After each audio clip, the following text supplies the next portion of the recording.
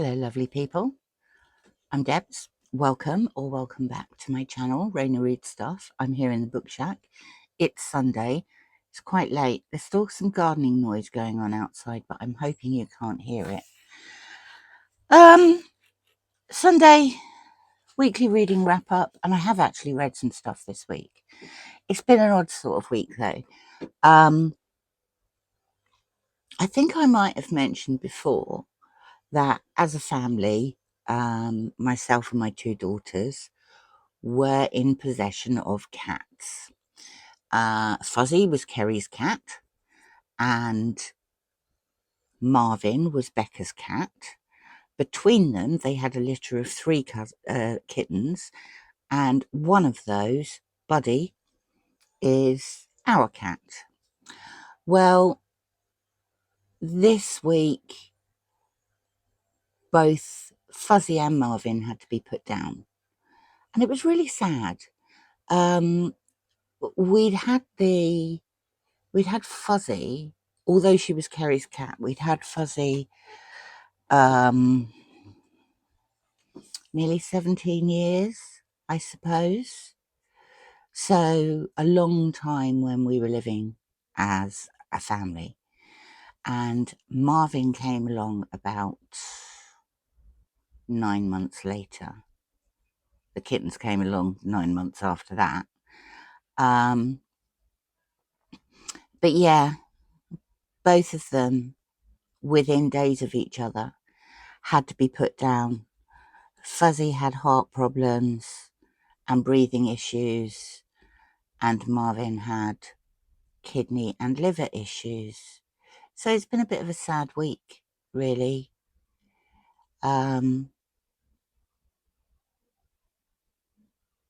Even though they didn't live with us, they were still our family's cats. And losing a pet is always sad, especially after that amount of time. On the other hand, also, as I've said before, both of my daughters are pregnant and they could probably do without ailing cats. And at least neither of them are suffering anymore. The cats, not the daughters. Right. Books. Finally finished this. This I was reading for Historathon, quarter 3, 1500 to 1820. This is The Witches, A History of Salem in 1692. It's by Stacy Schiff. Not read any Stacy Schiff before, but actually thoroughly enjoyed this. There's extensive research. I like the way she writes. It's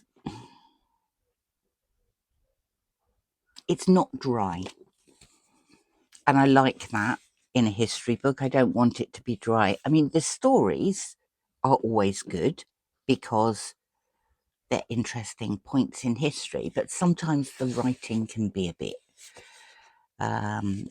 got lots of great illustrations in it of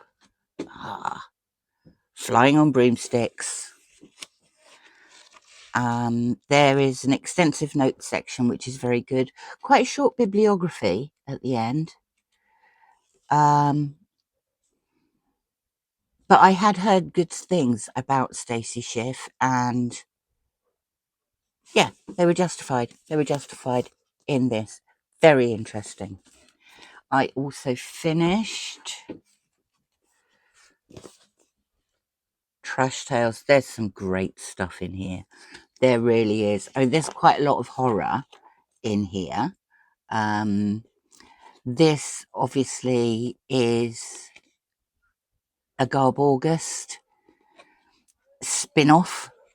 It's put together by Olly at Olly, and Alex at Alex Unabridged, who did the editing and the graphics, with a lot of help from Lekden, who proofread a lot of things. from Reading from the Depths, who has a story in here which is great. Horror. It's called Legacy.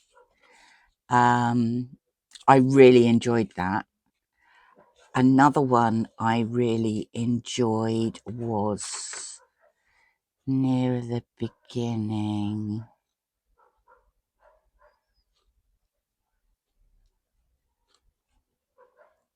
Was it Bonding Time by Colin Adams to me?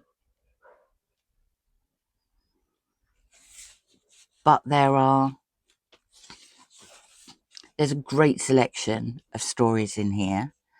I would say horror makes up the highest percentage of them, but there are also crime, there's some sci-fi, there's westerns, and bizarro. And believe me, they are bizarre.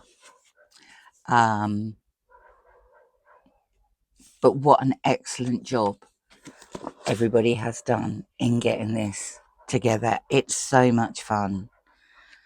So if you haven't got your copy yet, it's still available. All profits after expenses have been taken out are going to Dolly Parton's charity that provides books for young people. I will put a link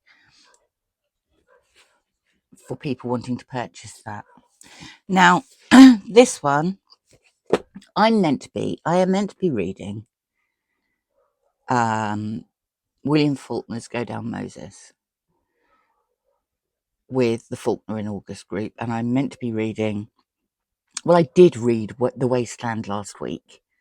I haven't read it at all this week. I've read it once. The idea was I was going to read it again, study it a bit better, and participate in the conversation, and I just haven't.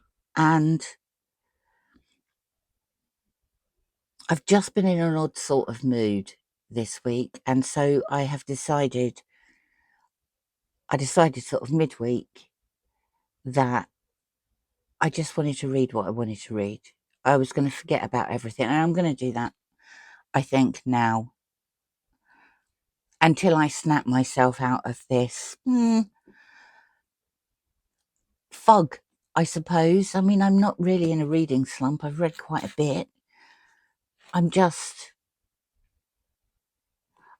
It's almost like I need a sorbet between courses just to clear everything.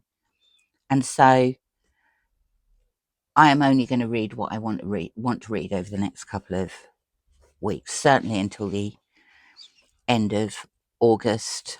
So I wanted some fun. Stella Gibbons' Cold Comfort Farm is fun. This was her first novel. It was her debut novel. It was published in 1932. She had had a career as a journalist. She was 30, I think. I think she was born in 1902. This book is wonderful. It's so good. I've only read it once before, and it was eons ago, and I can't believe that it's taken me this long to get round to it again. I read it for my 60 before 60. This was book number, I think it's 51. Hold on. I can't count Go Down Moses or T.S. Eliot because I haven't finished them. And I don't know whether I will or not. Yes, this was book 51, so I've got 9 to go by the middle of October. Flora Post finds herself orphaned. She's 19. She thought there was money. There's no money. She's got to live on £100 a year, which really isn't enough. One of her friends ridiculously suggests that she should get a job. Instead, she writes to relatives, mainly distant ones, and says, can I come and stay with you? I only have £100 a year. And one of her relatives, her cousin, Judith Starkadder, who lives at Cold Comfort Farm in Sussex, which Stella Gibbons makes sound as though it is the back of beyond, replies and says yes. She said, that a disservice was done to her father, Robert Post, by Judith's husband, and therefore she can come and stay. Her friend tries to dissuade her, but no, she's adamant she is going to stay with relatives. She's afraid they're going to be called things like Seth and Amos. Turns out they're called things like Seth and Amos. She has a wonderful time at Cold Comfort Farm, which is bleak and dreary. Everybody seems entirely insane. It's run by her aunt, who is the matriarch of the family and refuses to come out of her room. She's taken something like 6 meals a day. Nobody's allowed to leave because there have always been starcadders at Cold Comfort Farm. And Aunt Ada Doom spends her time teetering or threatening madness because when she was a child, she saw something nasty in the woodshed. There are numerous relatives, hanger-on relatives, like step cousins and half siblings, and Flora takes it upon herself to sort out not only the house but all the people in it. It's quite a task. It's very funny. I enjoyed it very much. And then finally, the only other, I mean, that's not bad. This is the 4th book that I managed to complete this week. Where is it?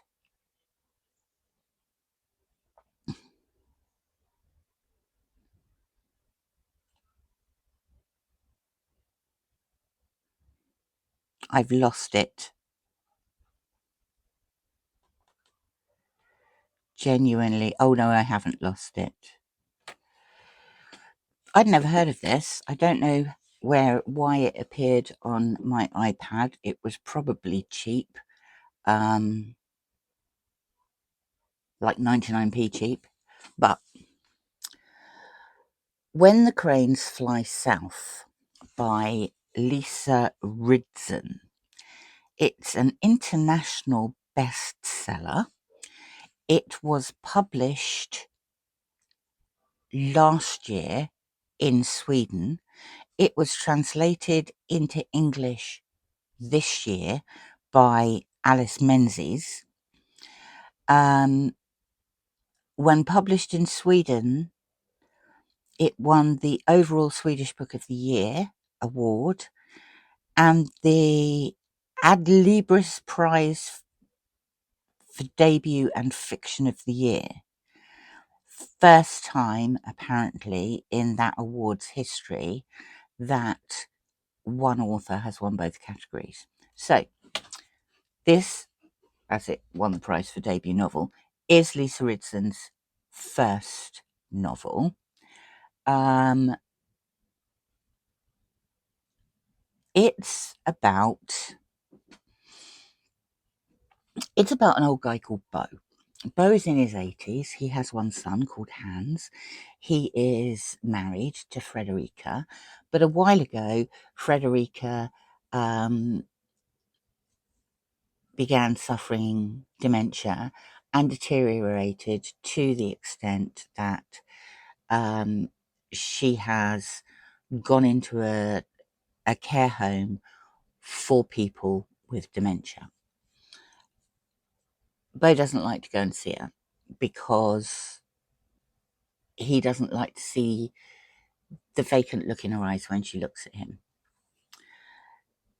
Bo is still living in the family house, which is out in the woods in northern Sweden. And he lives with his dog called Sixten. He has carers who come and help him because he's not that mobile anymore. All his joints ache. He tends to live on the day bed in the lounge and doesn't really go into the bedroom anymore. So him and Sixten on there most of the day. waiting for the carers to come. They come 4 times a day. A couple of them, like Ingrid, Bo likes very much. There's a couple of others that he doesn't like who try and bully him. He has got over the indignity of being showered by strange people who come into his house. They prepare his meals. Hans visits every so often. He's got a granddaughter as well who he absolutely idolizes, Eleanor. And this is about him and his life and how difficult it is when a spouse that you've loved for a long time is taken away, and the awfulness of watching a loved one suffer dementia.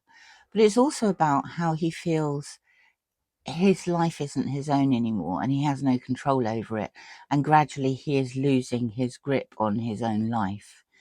And then Hans decides that Bo isn't capable of looking after Sixten anymore, and he wants to rehome the dog. This book is so heartrending. It's an